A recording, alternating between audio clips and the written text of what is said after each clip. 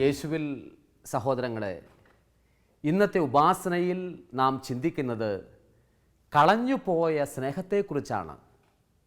യോഹന്നാൻ്റെ സുവിശേഷം 14-ാം അധ്യായം 15-ാം തിരുവചനം: നിങ്ങൾ എന്നെ സ്നേഹിക്കുന്നുവെങ്കിൽ നിങ്ങൾ എൻ്റെ കൽപ്പനകൾ പാലിക്കും. If you love me you will keep my commandments. രണ്ട് വിധത്തിൽ ഒരാൾക്ക് അവരുടെ ആത്മീയതയെ രൂപപ്പെടുത്താൻ കഴിയും. സ്നേഹിച്ചുകൊണ്ട് നിങ്ങൾക്ക് കൽപ്പനകൾ പാലിക്കാം.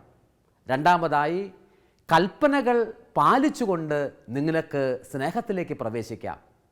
വർഷങ്ങൾക്ക് മുമ്പ് ഫ്രാൻസിസ് അസീസി അദ്ദേഹത്തിൻ്റെ 24-ാമത്തെ വയസ്സിലാണ് വലിയ ഒരു ദൈവസ്നേഹാനുഭവം അദ്ദേഹത്തിനുണ്ടാകുന്നത്. ദൈവസ്നേഹാനുഭവം ലഭിച്ചതിന് ശേഷം പഴയ ജീവിതശൈലിയെല്ലാം മാറ്റിക്കൊണ്ട് അസീസിയുടെ തെരുവീതിയിലൂടെ നടന്ന് അദ്ദേഹം പറയാൻ തുടങ്ങി, ഓ സ്നേഹമേ, സ്നേഹിക്കപ്പെടാതെ പോയ സ്നേഹമേ എന്ന് പറഞ്ഞുകൊണ്ട്. ഓ സ്നേഹമേ, സ്നേഹിക്കപ്പെടാതെ പോയ സ്നേഹമേ എന്ന് പറഞ്ഞുകൊണ്ട് ഈ തെരുവീതിയിലൂടെ നടക്കുന്ന സമയത്ത് ചെറുപ്പക്കാരായ വ്യക്തികളെല്ലാവരും കൂടി എത്തി നോക്കാൻ തുടങ്ങി. കാരണം അവൻ്റെ മുഖത്ത് എന്തെന്നില്ലാത്ത ശോഭയുണ്ടായിരുന്നു. അവൻ്റെ മുഖം ഒട്ടേറെ വ്യക്തികളെ അവരിലേക്കും അവൻ വിളിക്കുന്ന സ്നേഹാനുഭവത്തിലേക്കും ആകർഷിക്കുന്നതായിരുന്നു. അങ്ങകലെ കൊട്ടാരത്തിൻ്റെ മട്ടുപ്പാവിൽ ഇരുന്നു കൊണ്ട് ടീനേജറായ 12-13 വയസ്സ് പ്രായമുള്ള ക്ലാര എന്ന് പറയുന്ന പെൺകുട്ടി ഇത് കാണുന്നുണ്ട്. ഓ സ്നേഹമേ, സ്നേഹിക്കപ്പെടാതെ പോയ സ്നേഹമേ എന്ന് പറഞ്ഞുകൊണ്ട് ഭ്രാന്തനെ പോലെ ഒരു ചെറുപ്പക്കാരനായ വ്യക്തി നടക്കുന്നത്. സഹോദരങ്ങളെ, ഈ സംഭവം ഞാൻ വായിച്ചു കഴിഞ്ഞപ്പോൾ എനിക്ക് തോന്നി, എന്തുകൊണ്ട് ഞാനായിരിക്കുന്ന സ്ഥലത്ത് എനിക്കും ഇങ്ങനെ പറഞ്ഞുകൊണ്ട് നടന്നുകൂടാ. അങ്ങനെ രാവിലെ എഴുന്നേറ്റ് പ്രാർത്ഥനയെല്ലാം കഴിഞ്ഞിട്ട് ഞാൻ താമസിക്കുന്ന സ്ഥലത്തിൻ്റെ ഓഫീസിന് ചുറ്റുവട്ടത്തും ഞാനിത് പറഞ്ഞുകൊണ്ട് നടക്കാൻ തുടങ്ങി. സ്നേഹമേ, സ്നേഹിക്കപ്പെടാതെ പോയ സ്നേഹമേ എന്ന് പറഞ്ഞ്. പക്ഷേ ഒരു ക്ലാരയും എൻ്റെ പിമ്പെ വന്നില്ല, ഒരു ക്ലാരയും എന്നെ എത്തിയും നോക്കിയില്ല. എന്തുകൊണ്ടായിരിക്കും? അസീസിലെ ഫ്രാൻസിസ് അങ്ങനെ നടന്നപ്പോൾ ഏറെ വ്യക്തികൾ അദ്ദേഹത്തിലേക്കും അദ്ദേഹം വിളിച്ച ആ സ്നേഹാനുഭവത്തിലേക്കും വന്നത്. മറ്റൊന്നുമല്ല, അദ്ദേഹം ആ സ്നേഹം പരിപൂർണമായി വലിയൊരർത്ഥത്തിൽ അനുഭവിച്ചു എന്നത് തന്നെയാണ്. പലപ്പോഴും നമ്മൾ നിയമാനുഷ്ഠാനങ്ങളാണ് ബേസായി സ്നേഹത്തിൻ്റെ എടുക്കാറുള്ളത്. എന്നാൽ അങ്ങനെയല്ല. If you love me you will keep my commandments. സ്നേഹത്തിൽ നിന്നായിരിക്കണം സകലതും ആരംഭിക്കേണ്ടത്. വളരെ ചെറിയ ഒരു ഉദാഹരണം പറഞ്ഞാൽ, ഒരു ആൾ മാതാവിനെയോ പിതാവിനെയോ സ്നേഹിക്കുന്നത് മാതാപിതാക്കളെ സ്നേഹിക്കണമെന്നുള്ള കൽപ്പനയുള്ളത് കൊണ്ടാണോ? സഹോദരങ്ങളെ, ഒരിക്കലുമല്ല. മാതാപിതാക്കളെ സ്നേഹിക്കുന്ന ഒരു കൽപ്പന ഉള്ളതുകൊണ്ട് ഞാൻ എൻ്റെ മാതാപിതാക്കളെ സ്നേഹിക്കാൻ തുടങ്ങിയാൽ അത് എനിക്ക് വലിയൊരു ഭാരമായിട്ട് അനുഭവപ്പെടും, എനിക്ക് വളരെ ഹെഡേക്കായിട്ട് അനുഭവപ്പെടും. ഒരിക്കലും എനിക്ക് നീണ്ട കാലം ആത്മാർത്ഥമായി അത് ചെയ്യാൻ കഴിയില്ല. ഇതുപോലെ തന്നെയാണ് ഒരു വിശ്വാസിക്ക് നിയമങ്ങളും ചട്ടങ്ങളും പാലിക്കേണ്ടത്. അത് അതിനു വേണ്ടി അല്ല, മറിച്ച് സ്നേഹാനുഭവത്തിൽ നിന്ന് ഉടലെടുക്കുന്നതായിരിക്കണം ഇത്. കർത്താവായ യേശു ഒരേ ഒരു കമാൻഡ്മെൻറ്റേ നമുക്ക് തന്നിട്ടുള്ളൂ. അത് സ്നേഹിക്കുക എന്ന് പറയുന്ന ഒരേ ഒരു കമാൻഡ്മെൻറ്റ്. ബാക്കിയെല്ലാം കമാൻഡ്സ് ആണ്. കമാൻഡ്സ് പാലിക്കണമെങ്കിൽ ആദ്യത്തെ ഈ കമാൻഡ്മെൻറ്റ് നമ്മുടെ ഉള്ളിൽ ഉണ്ടാകണം. സഹോദരങ്ങളെ, ഇന്ന് ലോകത്തിൽ ഒരുപാട് ക്രിസ്ത്യാനികളുണ്ട്. നമുക്കറിയാം, all Christians are baptized, but not everyone is evangelized. വിശ്വാസം സ്വീകരിച്ച് അല്ലെങ്കിൽ മാമോദിസ സ്വീകരിച്ചു എന്ന് പറയുന്ന വ്യക്തികൾ എല്ലാവരും സുവിശേഷീകരിക്കപ്പെട്ടവരല്ല. എന്ന് പറഞ്ഞാൽ എന്താണ് അർത്ഥം? To evangelise means to have a good relation with the person of Jesus. യേശുവുമായി വ്യക്തിപരമായൊരു ബന്ധം നമുക്കുണ്ടെങ്കിലേ നമ്മൾ സുവിശേഷീകരിക്കപ്പെട്ടു എന്ന് പറയാൻ കഴിയുകയുള്ളൂ. സുവിശേഷീകരിക്കപ്പെടാത്ത ഒരുപാട് വിശ്വാസികൾ ഇന്ന് ക്രിസ്തീയ ലോകത്തിലുണ്ട് എന്നുള്ളത് സത്യമാണ്. യേശുവിനെ വ്യക്തിപരമായി കാണാൻ, വ്യക്തിപരമായി അനുഭവിക്കാൻ നമുക്ക് കഴിഞ്ഞെങ്കിലേ അവൻ പറയുന്ന നിയമങ്ങളും ചട്ടങ്ങളും നമുക്ക് പാലിക്കാൻ കഴിയൂ. യോഹന്നാൻ്റെ സുവിശേഷം 15-ാമത്തെ അധ്യായം 23-ാമത്തെ തിരുവചനം: നിങ്ങൾ എന്നെ സ്നേഹിക്കുന്നുവെങ്കിൽ എൻ്റെ വചനം നിങ്ങൾ പാലിക്കും. നിങ്ങൾ എന്നെ സ്നേഹിക്കുന്നുണ്ടെങ്കിൽ നിങ്ങൾ എന്നെ അനുസരിക്കും. ഞാൻ പലപ്പോഴും ഓർക്കാറുണ്ട്, ചെറുപ്പത്തിലേ പഠിച്ച കാറ്റഗീസം ക്ലാസ്സുകളിൽ ഇന്നും അതിനെക്കുറിച്ച് ഓർക്കുമ്പോൾ വലിയ സന്തോഷമൊന്നും എനിക്ക് തോന്നാറില്ല. കാറ്റഗീസം വലിയൊരു ബർഡനായിട്ടാണ് അനുഭവപ്പെട്ടത്, വലിയൊരു ഭാരമാണ്. അങ്ങ് കയറ്റിവിട്ട് നമുക്ക് വേറെ വഴിയില്ലാത്തതുകൊണ്ട് നിന്നതുപോലെയാണ് തോന്നുന്നത്. ഇന്നും പല കുട്ടികളും ഇതുപോലെ തന്നെ കമൻറ്റ് പറയാറുണ്ട്. എന്തുകൊണ്ടായിരിക്കും മതപഠനം വലിയൊരു തലവേദനയായി കുട്ടികൾക്ക് അനുഭവപ്പെടുന്നത്? ഒരുപാട് നിയമങ്ങളുടെയും ചട്ടങ്ങളുടെയും ഭാരം ആയിട്ട് പലപ്പോഴും അവർക്ക് തോന്നുന്നു. കാരണം അവർ യേശുവിനെ കണ്ടിട്ടില്ല. യേശുവിനെ സ്നേഹിച്ച് തുടങ്ങിയെങ്കിലേ കൽപ്പനകൾ പാലിക്കാൻ സഹോദരങ്ങളെ ഒരു വിശ്വാസിക്ക് കഴിയൂ. അല്ലാതെ കൽപ്പനകൾ പാലിച്ചുകൊണ്ട് നമുക്ക് സ്നേഹിക്കാനായിട്ട് കഴിയുമോ? Christianity is all about relationship. റിലേഷൻഷിപ്പിനെ കുറിച്ചാണ് വിശ്വാസം നമ്മളോട് പറയുന്നത്. ഈ അടുത്തയിടെ ഫ്രാൻസിസ് മാർപ്പാപ്പ സഭയിൽ വളരെ പ്രബലമായി നിലകൊള്ളുന്ന ഒരു പ്രത്യേകമായ ചട്ടത്തിനെതിരായി സംസാരിച്ചു. അത് അദ്ദേഹം വിളിക്കുന്നത് മോറൽ കമാൻഡ്സ് അപ്രോച്ച് എന്ന് പറഞ്ഞുകൊണ്ടാണ്. മോറൽ കമാൻഡ്സ് അപ്രോച്ചിന് എതിരായി അദ്ദേഹം സംസാരിച്ചു. എന്താണ് ഇതിൻ്റെ അർത്ഥം? ധാർമ്മികമായ നിയമങ്ങളെ അധികമായി പഠിപ്പിക്കുന്ന ഒരു സംവിധാനം മാത്രമായി സഭയെയും വിശ്വാസത്തെയും കാണുന്നത് ഒരിക്കലും ശരിയല്ല എന്ന് അദ്ദേഹം പ്രഖ്യാപിക്കുകയായിരുന്നു. നമുക്കറിയാം, തീർച്ചയായും ധാർമ്മികമായ നിയമങ്ങൾ പഠിപ്പിക്കേണ്ടത് ആവശ്യമാണ്. ധാർമ്മികമായ നിയമങ്ങൾ പഠിപ്പിക്കാതെ നമുക്ക് വിശ്വാസ ജീവിതത്തിൽ വിശ്വാസികളെ വളർത്താൻ തീർച്ചയായും കഴിയില്ല. പക്ഷേ ഇത് പഠിപ്പിക്കുമ്പോഴും നമുക്ക് സ്നേഹത്തോടു കൂടി പഠിപ്പിക്കാം. യേശുവിനെ പരിചയപ്പെടുത്തി അതിൻ്റെ പിന്തുടർച്ച എന്ന വണ്ണം നമുക്ക് പഠിപ്പിക്കാനായിട്ട് കഴിയും. അമ്മയെ സ്നേഹിച്ചു തുടങ്ങുമ്പോഴല്ലേ അമ്മ പറയുന്ന നിയമങ്ങളൊക്കെ ഒരിക്കലും മറക്കാത്ത വിധത്തിൽ നമുക്ക് ഉള്ളിൽ കൊണ്ടു നടക്കാനായിട്ട് കഴിയുന്നത്. മാത്രവുമല്ല, ഒരു നല്ല കുഞ്ഞ് എന്ത് ചെയ്യുന്ന സമയത്തും പപ്പയും അമ്മയും അവരുടെ മുഖഭാവങ്ങളിലുണ്ടാകുന്ന വ്യത്യാസം വായിച്ചെടുക്കും. അവർക്ക് വിഷമമാണെന്ന് തോന്നിക്കഴിഞ്ഞാൽ പെട്ടെന്ന് കുഞ്ഞിന് മനസ്സിലാകും, ഞാൻ ഒരിക്കലും അത് ചെയ്യരുത്, കാരണം എൻ്റെ പപ്പയെ അത് വിഷമിപ്പിക്കും, എൻ്റെ മമ്മിയുമായിട്ടുള്ള സ്നേഹത്തിൽ അത് കുറവ് വരും, അതുകൊണ്ട് മമ്മിയുടെ കൈവെള്ളയിൽ നിന്ന് ഒലിച്ചു പോകുന്ന വിധത്തിൽ എൻ്റെ ജീവിതത്തിൽ ഞാൻ ഒന്നും ചെയ്യില്ല എന്ന് ഒരു കുഞ്ഞ് വളരെ പെട്ടെന്ന് തീരുമാനിക്കും. If you love me you will keep my commandments.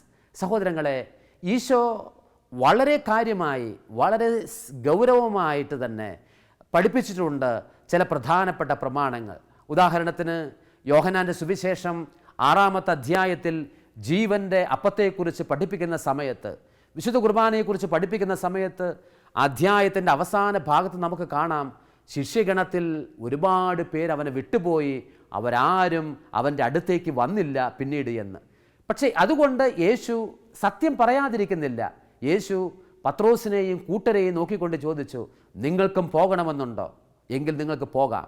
ഇതാണ് സത്യം. സ്നേഹത്തോടു കൂടി യേശു പറഞ്ഞ സത്യമാണത്. കാരണം ഞാൻ ജീവൻ്റെ അപ്പമാണ്, ഇത് ഭക്ഷിച്ചാൽ നിങ്ങൾക്ക് വിശക്കില്ല. ഞാൻ ഏറ്റവും വലിയ ദാഹശമനിയാണ്, എന്നിൽ നിന്ന് വാങ്ങി കുടിച്ചാൽ നിങ്ങൾക്ക് പിന്നെ ദാഹിക്കില്ല. സഹോദരങ്ങളെ, ഈ സമയത്ത് സ്നേഹം അനുഭവിച്ചറിഞ്ഞ പത്രോസ് പറഞ്ഞു, ഓ കർത്താവേ, ഞങ്ങൾ എവിടെ പോകാനാണ്? നിത്യജീവൻ്റെ വചസ്സുകൾ അങ്ങയുടെ പക്കലുണ്ടല്ലോ. സത്യത്തിൽ പത്രോസ് കമാൻഡ്മെൻറ്റ്സ് അല്ലെങ്കിൽ കമാൻഡ്സ് പഠിക്കുന്നതിന് മുമ്പ് തന്നെ പത്രോസ് യേശുവിനെ സ്നേഹിക്കാൻ പഠിച്ചു. യേശുവിൻ്റെ ഹൃദയം അറിഞ്ഞു. ആ ഹൃദയമിടിപ്പുകൾ അറിയാവുന്നവനായതുകൊണ്ട് അവൻ ചോദിക്കുന്നു, വളരെ സ്ട്രിക്റ്റായി എന്ന വണ്ണം യേശു പഠിപ്പിക്കുന്ന സമയത്തും ആ കൽപ്പനയെ അവന് ഹൃദയത്തിൽ സ്വീകരിച്ചുകൊണ്ട് പറഞ്ഞു, ഓ കർത്താവേ, ഞങ്ങൾ എവിടെ പോകാനാണ്? ഞങ്ങൾക്ക് എവിടെ പോകാനായിട്ട് കഴിയും? കാരണം അവിടുത്തെ കൈകളിലാണല്ലോ നിത്യജീവൻ കൊള്ളുന്നത്. നമുക്ക് കൽപ്പനകൾ പാലിച്ചുകൊണ്ട് സ്നേഹത്തിലേക്ക് പോകുന്നതിനപ്പുറമായി സ്നേഹിച്ചുകൊണ്ട് കൽപ്പനകൾ പാലിക്കാം. ഏതാനും വർഷങ്ങൾക്ക് മുമ്പ് യൂറോപ്പിലുള്ള ഒരു കാത്തലിക് യൂണിവേഴ്സിറ്റിയിൽ ഒരു അധ്യാപിക അവരുടെ ക്ലാസ് ആരംഭിച്ചത് ഇങ്ങനെ ഒരു ചോദ്യം ചോദിച്ചുകൊണ്ടാണ്. കുട്ടികൾക്ക് 2 ഷീറ്റ് പേപ്പർ കൊടുത്തുകൊണ്ട് ചോദിച്ചു, how do you think about Christianity? നിങ്ങൾ ക്രിസ്തീയ വിശ്വാസത്തെക്കുറിച്ച്, ക്രിസ്തീയതയെക്കുറിച്ച് എന്ത് ചിന്തിക്കുന്നു എന്ന് 1-2 പേജുകൾ എഴുതുക.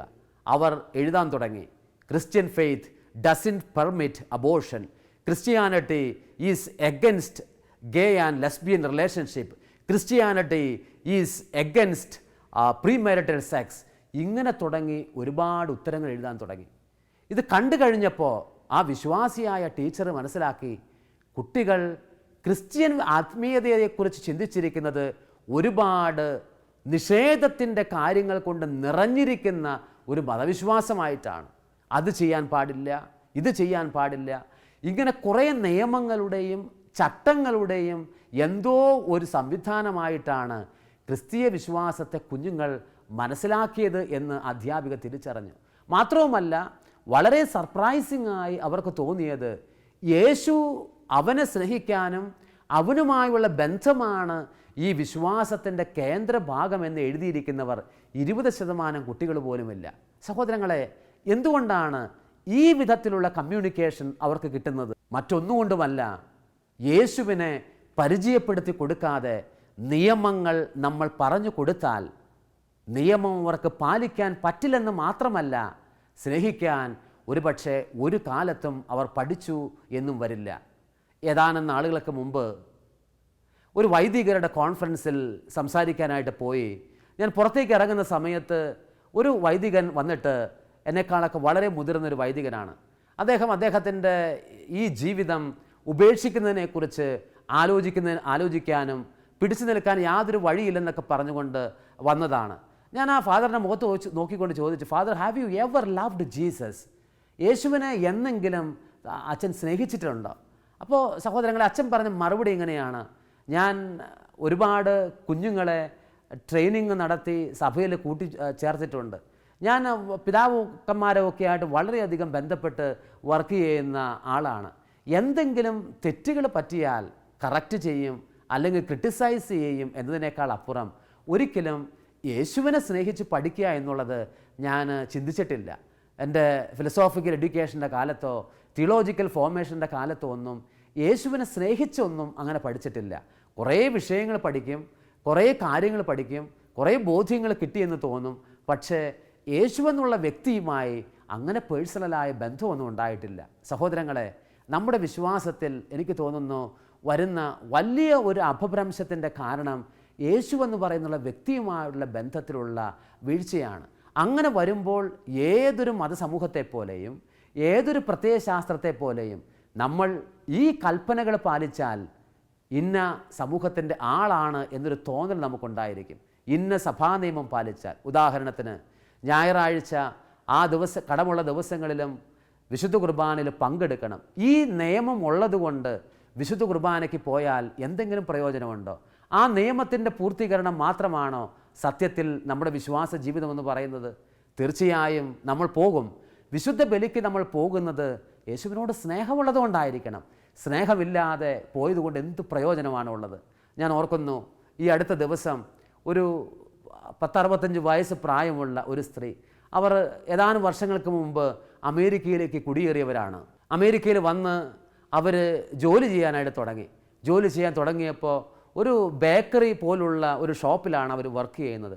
ബേക്കറിയിൽ വർക്ക് ചെയ്യാൻ തുടങ്ങിയപ്പോഴാണ് മനസ്സിലാകുന്നത്, രാവിലെ 5 മണി മുതൽ വൈകുന്നേരം 5 മണി വരെ 12 മണിക്കൂർ ജോലി ചെയ്യണം. 12 മണിക്കൂർ 1-2 ദിവസം ജോലി ചെയ്താൽ പോരാ, 6-7 ദിവസം ജോലി ചെയ്യണം. നിന്നുകൊണ്ട് വേണം ജോലി ചെയ്യാൻ. ഏതാനും അരമണിക്കൂർ സമയമെങ്ങാൻ രാവിലെ 10-നും 10:30 ഇടയ്ക്ക് കിട്ടിയാൽ വേറെ ഒരു സമയവും ഫ്രീ ഇല്ല.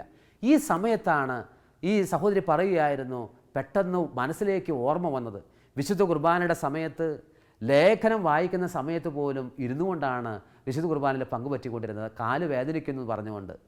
അല്ലെങ്കിൽ വിശുദ്ധ കുർബാനയിൽ പ്രധാനപ്പെട്ട പ്രാർത്ഥനകൾ ഒഴികെ ബാക്കിയുള്ള സമയങ്ങളിലൊക്കെ ചടഞ്ഞിരിക്കാനാണ് ഞാൻ മനസ്സ് കാട്ടിയത് എന്ന് ആ സഹോദരി പറയുകയാണ്. പക്ഷെ ഇന്ന് ഏതെങ്കിലും കടയിൽ ഇങ്ങനെ ജോലി ചെയ്യുന്ന സമയത്ത് കുടുംബം മുന്നോട്ട് പോകാൻ പറ്റാത്തൊരു സ്ഥിതി ആയതുകൊണ്ട് 12 മണിക്കൂർ ജോലി ചെയ്യുന്ന നേരത്തിരിക്കും മനസ്സിലാകുന്നുണ്ട്, ഞാൻ ഏറ്റവും കൂടുതൽ ആദരിക്കേണ്ട, ഞാൻ എഴുന്നേറ്റ് നിന്ന് എൻ്റെ കർത്താവിനെ ബഹുമാനിക്കുകയും സ്നേഹിക്കുകയും ചെയ്യേണ്ട സ്ഥലത്ത് ഞാൻ ചടഞ്ഞിരിക്കുകയും എൻ്റെ ജീവിത നിലവാരം മെച്ചപ്പെടുത്താൻ വേണ്ടി 12 മണിക്കൂർ നടന്ന് അല്ലെങ്കിൽ നിന്നുകൊണ്ട് ജോലി ചെയ്യുകയും ചെയ്യുന്നു.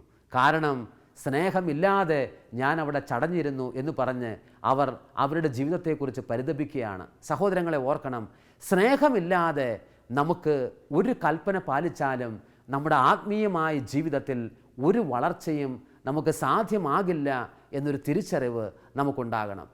ഞാൻ ഓർക്കുന്നു, ഏതൊരു റിലീജിയസ് ഫോർമേഷൻ നടക്കുന്ന സമയത്തും, പ്രത്യേകിച്ച് സന്യാസ സമൂഹങ്ങൾ രൂപം കൊള്ളുന്ന സമയത്ത്, അവരുടെ ഫോർമേഷൻ്റെ കാലത്തുള്ളൊരു പ്രധാനപ്പെട്ട സമയമാണ് നവസന്യാസ കാലഘട്ടം എന്ന് പറയുന്നത്. ഈ നവസന്യാസ കാലഘട്ടത്തിൽ ആണ് കുട്ടികൾക്ക് യേശുവുമായുള്ള വ്യക്തിപരമായ ബന്ധത്തിൽ ഒരാൾ വളരേണ്ടത്. പക്ഷേ പലപ്പോഴും ഈ സമയവും കുട്ടികൾ ഒരുപാട് കൽപ്പനകളുടെയും നിയമങ്ങളുടെയും അരുതുകളുടെയും ഒക്കെ പിറകെയും അതിൻ്റെ പിൻബലത്തിലായിരിക്കും മുന്നോട്ട് പോകുന്നത്. ഇത് കഴിഞ്ഞ് കുട്ടികൾക്ക് തോന്നുകയാണ്, ഞങ്ങൾക്ക് കുറച്ചുകൂടി സ്വാതന്ത്ര്യം കിട്ടി. സ്വാതന്ത്ര്യം കിട്ടിയെന്ന് തോന്നുമ്പോൾ അവിടെ നവസന്യാസ ഗൃഹത്തിൽ അവർ നേടിയെടുത്ത ഈശോയുമായുള്ള ബന്ധവും വിശുദ്ധാത്മാക്കളുടെ കണ്ണുകളിലൂടെയും മിസ്റ്റിക്കുകളുടെ കണ്ണുകളിലൂടെയും ഒക്കെ അവർ വായിച്ചെടുത്ത ദൈവാനുഭവം എല്ലാം അവിടെ വലിച്ചെറിഞ്ഞ് സ്വാതന്ത്ര്യത്തിൻ്റെ ഒരു നിയമവുമില്ലാത്ത ഒരു സ്ഥലത്തേക്ക് എന്നുള്ള വിധത്തിൽ അവർ അവരുടെ പഠനങ്ങളുടെ മറ്റ് സ്ഥലങ്ങളിലേക്ക് പോകും. പക്ഷെ കുറച്ച് നാൾ കഴിയുമ്പോൾ കുട്ടികൾക്ക് വലിയ ശൂന്യത അനുഭവപ്പെടും. പൗരോഹിത്യ സ്വീകരണത്തിന് തൊട്ടടുത്തൊക്കെ ആകുമ്പോഴത്തേനും വല്ലാത്ത ശൂന്യത അനുഭവപ്പെടും. കാരണം പഠിച്ചിട്ടുണ്ട്, കുറേ കാര്യങ്ങളൊക്കെ സംസാരിക്കാൻ അറിയാം. ഇക്കഴിഞ്ഞ ദിവസം ആരോ പറഞ്ഞതുപോലെ ദൈവസ്നേഹം ഒട്ടും ഉള്ളിലില്ലാതിരുന്നിട്ട് പോലും എത്രയോ വർഷങ്ങൾ ദൈവസ്നേഹത്തെക്കുറിച്ച് പ്രസംഗിച്ചു എന്നുള്ളതാണ് ഇന്ന് ദൈവത്തിൻ്റെ മുമ്പിലിരിക്കുമ്പോഴുള്ള ഏറ്റവും വലിയ വേദന എന്ന്. അങ്ങനെ കുറേ നിയമങ്ങളും ചട്ടങ്ങളൊക്കെ സൂക്ഷിച്ചിട്ടുണ്ട്. സഹോദരങ്ങളെ, എല്ലാ സഭകളിലും ഇങ്ങനെ എന്തെങ്കിലും ക്രൈസിസ് വരുന്ന സമയത്ത് അവരെ ആദ്യം പറഞ്ഞു വിടുന്നത് അവർ ഇറങ്ങിപ്പോകുന്ന ആ നവസന്യാസ ഗൃഹത്തിലാണ്. നവസന്യാസ ഗുരുവിൻ്റെ അടുത്ത് ചെന്ന് ഒരിക്കൽ കൂടി ആ പഴയകാലത്ത് നഷ്ടമാക്കിയ ജീവിതത്തെ വീണ്ടെടുക്കാൻ പറഞ്ഞുകൊണ്ട് അവരെ പറഞ്ഞു വിടും. അവിടെ അവർ ചെല്ലും. വർഷങ്ങൾക്ക് മുമ്പ് അവർ നേടിയെടുക്കേണ്ട ആ സ്നേഹാനുഭവത്തെക്കുറിച്ച്, എടുത്തിരുന്ന ആ സ്നേഹാനുഭവത്തെക്കുറിച്ച് ഒരിക്കൽ കൂടി അവർ ചിന്തിക്കും. കുറേ കൂടി അവർ പ്രാർത്ഥിക്കാൻ തയ്യാറാകും. അങ്ങനെ അവർക്ക് വീണ്ടും അവരുടെ സന്യാസ ജീവിതത്തിലേക്ക് മടങ്ങി വരാനായിട്ട് കഴിയും. സഹോദരങ്ങളെ, നമ്മൾ ഓർക്കണം, ഒരു കൽപ്പനയും നമുക്കല്ലാതെ പാലിക്കാൻ പറ്റില്ല. അത് പാലിക്കാൻ പറ്റില്ലെന്ന് മാത്രമല്ല, ക്രിസ്തീയ വിശ്വാസം നിങ്ങൾക്കൊരു ഭാരമാകും യേശുവിനെ നിങ്ങൾ സ്നേഹിച്ചില്ലെങ്കിൽ.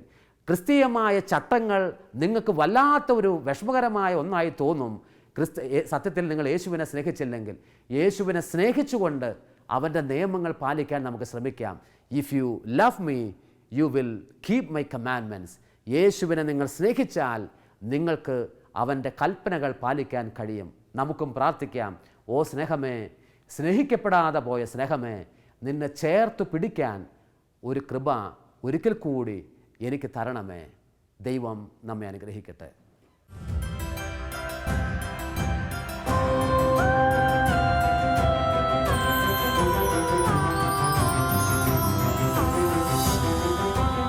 ഉപാസന ഉപാസന.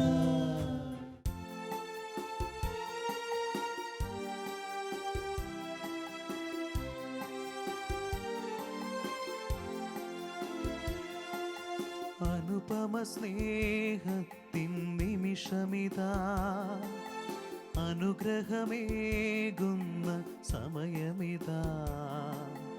അപ്പത്തിൻ രൂപമായിതാ,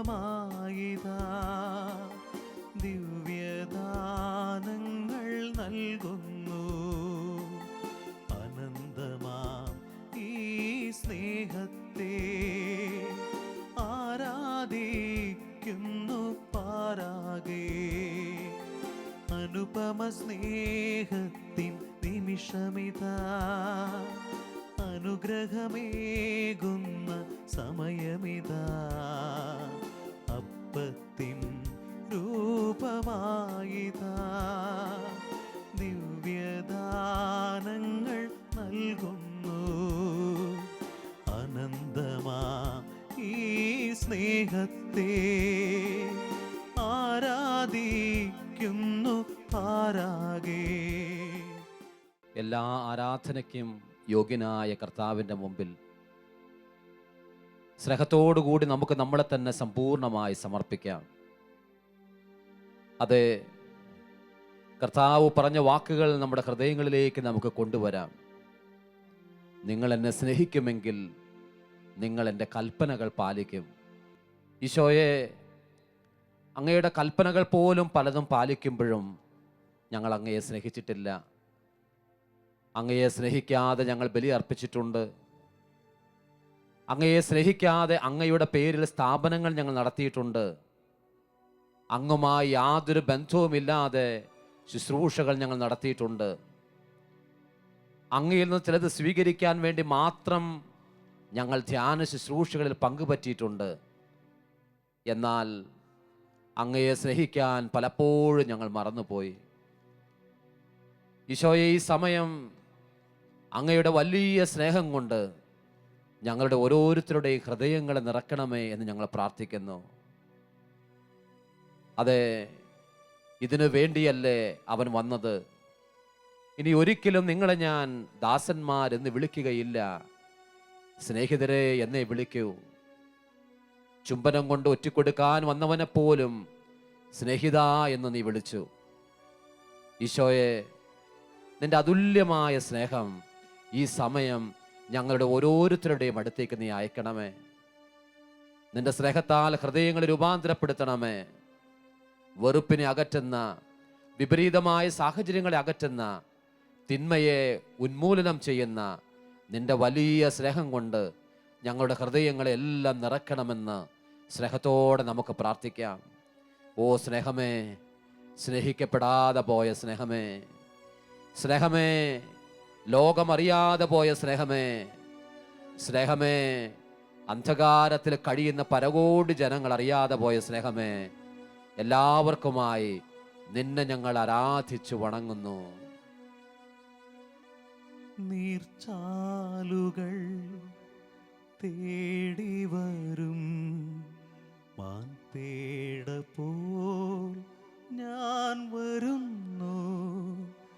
നീർച്ചാലുകൾ തേടി വരും മാൻപേട പോൽ ഞാൻ വരുന്നു. സ്നേഹമേ, വറ്റാത്ത സ്നേഹമേ, തീരാത്ത ദാഹമായി ഞാൻ വരുന്നു. സ്നേഹമേ, വറ്റാത്ത സ്നേഹമേ, തീരാത്ത ദാഹമായി ഞാൻ വരുന്നു. അതേ, സ്നേഹം ചുരത്താൻ കഴിവില്ലാത്ത ഭാര്യയുടെ സമീപത്തേക്ക് ഭർത്താവ് കടന്നു ചെന്നാൽ അവൾക്ക് സ്നേഹം നൽകുവാൻ കഴിയുമോ? സ്നേഹം കൊടുക്കാൻ കഴിയില്ലാത്ത ഭർത്താവിൻ്റെ അടുത്തേക്ക് ഒരു ഭാര്യ കടന്നു ചെന്നാൽ അയാൾക്ക് സ്നേഹം കൊടുക്കാൻ കഴിയുമോ? സ്നേഹം നൽകാൻ കഴിയാത്ത മാതാപിതാക്കളുടെ അടുത്തേക്ക് മക്കൾ ചെന്നാൽ സ്നേഹം കിട്ടുമോ? ഈശോയെ, ലോകത്തിലെ സ്നേഹങ്ങൾക്കെല്ലാം പരിമിതിയുണ്ട്. ലോകത്തിലെ എല്ലാ സ്നേഹങ്ങളും തീർന്നു പോകുന്നതാണ്. തീരാത്ത ബന്ധമായി എന്നും നിലകൊള്ളുന്ന ബന്ധം, അണമുറിയാത്ത ബന്ധം എൻ്റെ യേശു കർത്താവുമായുള്ള ബന്ധം മാത്രമാണെന്ന് തിരിച്ചറിയുന്നു. കർത്താവെ, സ്നേഹത്തിന് വേണ്ടി ആഗ്രഹിച്ച് വില കുറഞ്ഞ സ്നേഹങ്ങളുടെ പിന്നാലെ പോകുന്ന എല്ലാ കുഞ്ഞുങ്ങളെയും യുവതി യുവാക്കളെയും ഈ ആരാധന സമയം നിന്റെ സന്നിധിയിലേക്ക് ചേർത്ത് പിടിച്ച് ഞങ്ങൾ പ്രാർത്ഥിക്കുന്നു. ഉന്നതമായ സ്നേഹം കൊണ്ട് ഹൃദയങ്ങളെ കീഴടക്കണമേ. സ്നേഹമേ, ദിവ്യകാരുണ്യ സ്നേഹമേ, സ്നേഹമേ, യുവതി യുവാക്കളെ വശീകരിക്കുന്ന സ്നേഹമേ, സ്നേഹമേ, ലോകത്തിൻ്റെ മുഴുവൻ പ്രതീക്ഷയായ സ്നേഹമേ, ഈ സമയം സ്നേഹത്തിന് വേണ്ടി ആഗ്രഹിക്കുന്ന എല്ലാ ഹൃദയങ്ങളെയും രൂപാന്തരപ്പെടുത്തേണ്ടതിനായി ഞങ്ങൾ സ്നേഹത്തോടെ പ്രാർത്ഥിക്കുന്നു. സ്നേഹമേ, വറ്റാത്ത സ്നേഹമേ, തീരാത്ത ദാഹമായി ഞാൻ വരുന്നു. സ്നേഹമേ, വറ്റാത്ത സ്നേഹമേ, തീരാത്ത ദാഹമായി ഞാൻ വരുന്നു.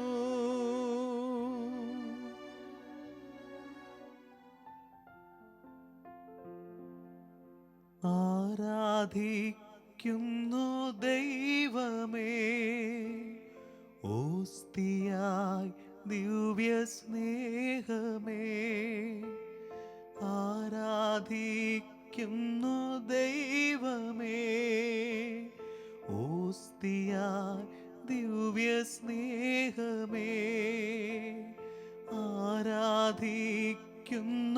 ദൈവമേ, ഓസ്തിയായി ദിവ്യ സ്നേഹമേ.